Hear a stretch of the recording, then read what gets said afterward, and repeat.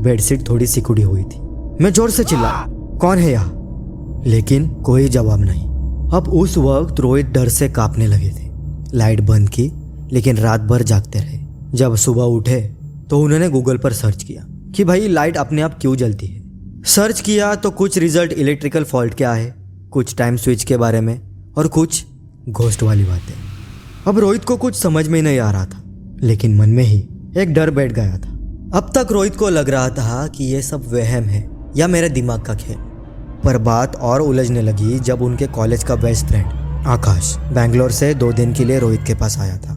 घर पहुंचने के बाद आकाश बोला कि भाई लंबे टाइम के बाद मिले हैं, पार्टी करे। अबे रोहित भाई तो खुश थे, लेकिन मन में टेंशन थी।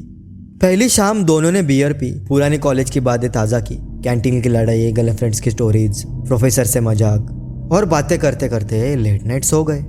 सुबह उठकर जब आकाश बोला कि यार रात को किचन में नल की आवाज़ आई थी क्या, अभी रोहित को कुछ समझ नहीं आ रहा था। रोहित बोले, नहीं यार, मैं तो सो रहा था, लेकिन किचन में जाकर देखा तो सिंक में पानी भरा हुआ था। इस इंसिडेंट की पूरी कहानी मैंने यूट्यूब पे कवर की है।